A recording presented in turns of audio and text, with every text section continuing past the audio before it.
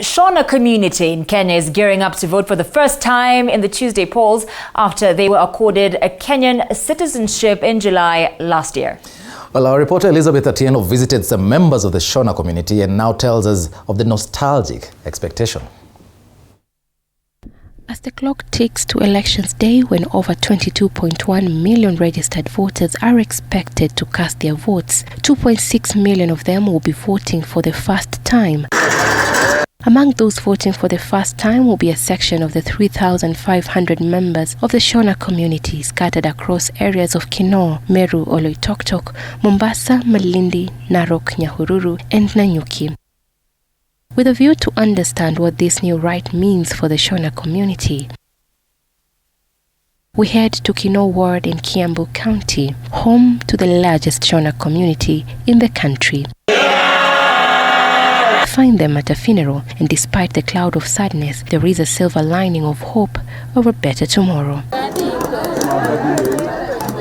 These men and women cannot hide the joy whenever they remember that they will for the first time get the opportunity to make decisions that ought to have a positive impact on their day-to-day lives for the next 5 years.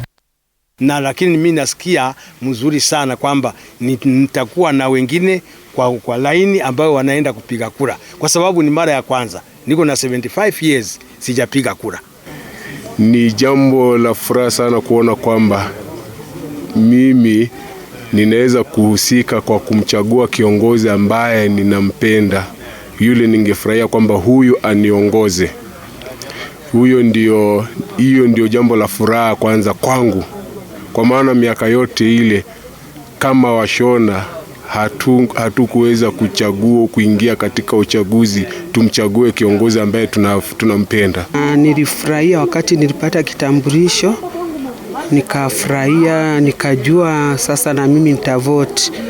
Hata na hivyo natamani hiyo siku ifike na mimi nione wenye wanavote huwa wanavote. Kwa kweli niko na furaha sana kwa kuwa ni mara ya kwanza sasa kupiga kura.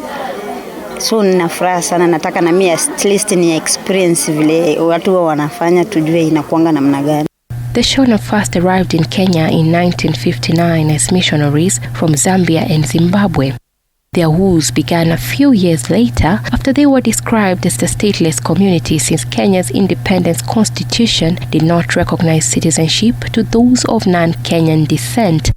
This made them lack access to crucial day-to-day services, including healthcare, banking services, and even proper education, since they did not have identity cards, as 75-year-old Elijah Hajija, who is a Shona community elder, tells us. Kufika mpaka saa hii nimekuwa na 75 years ndio nimepata kitambulisho. Kwa hivyo mimi kwa niaba ya wenzangu wa wazee tuko nao tulifurahia sana kuwa sisi tujivunie kuwa Wakenya kama wale watu wengine. Tangu mimi niwe kijana mkubwa kuweza kupata pesa kuweka kwa banki, si kuweka kwa banki, hata kuchukua chochote kile ambacho kitanisaidia maisha ya kukaa katika nchi ya Kenya. But the long state of abandonment came to an end in mid last year when Interior Cabinet Secretary Dr. Fred Matiang'i declared them as part of Kenya's larger community, thereby becoming Kenya's 46th tribe. Nikiendelea kuongea hivi kwa maana tumeona kwamba pia sisi tumekuwa watu wa maana mbele katika nchi hii, kwa maana ya kule kupewa uraia. Hata sisi tungeomba katika wale ambao viongozi tutakao wachagua, ile serikali itaingia kama vile tumetambulika kwamba hapa kuna kabila ambalo liko hapa. Hivi sasa sisi ni jamii na pia tumetambulika kama kabila, na sisi pia tungependa kule kutambulika waweze kutusaidia. Kusema ukweli, tangu tupate vitambulisho sasa tumeheshimiwa, kwa sababu hata mnyama vile wale wanakaa polini, serikali inawajua ni wangapi. Lakini sisi hatukuwa tunatambulika. Lakini saa hii tunatambulika kwamba hadi mimi nimefika, kwanza naulizwa kitambulisho natoa na nashurikiwa. They say their first agenda on the ballot will be choosing a leader who will help them get land ownership and job opportunities to secure their children's future. Changamoto zenye tulikuwa tunapitia ni kwamba sisi hatukuweza kupata mahali kwa kukaa. Maisha yetu yote ilikuwa ya kukomboa.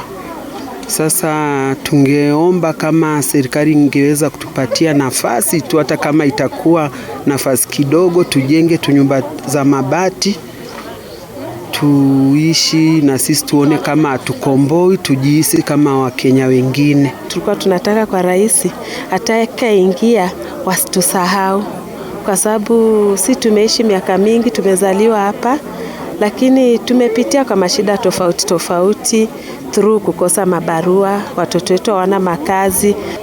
Tumeishi kama jamii tukiwa katika nyumba za kukodi. Hivi sasa tunajua kwamba wakati serikali inaangalia watu ambao wana matatizo ya kuishi, pia sisi tuangaliwe hapo. Changamoto yenye tunapitia kwa sasa most kwa sababu sisi wengine ni watu wa kurent. So unaweza pata most hujapata rent pale kwa nyumba, mwenye nyumba anataka kulipwa pesa yake kikazi, inakuwa ni shida sana kupata. Yaani maisha ni ngumu.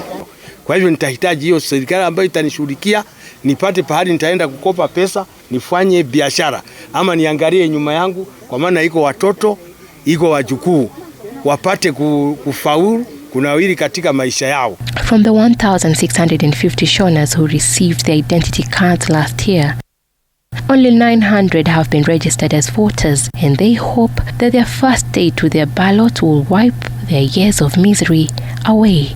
These are some of the members of the Shona community who will have the opportunity to vote for the first time in the August polls, and it is now their wish that the 5th president will consider them when it comes to creating employment opportunities. Elizabeth Atieno, TV 47 from Kinoo, Kiambu County.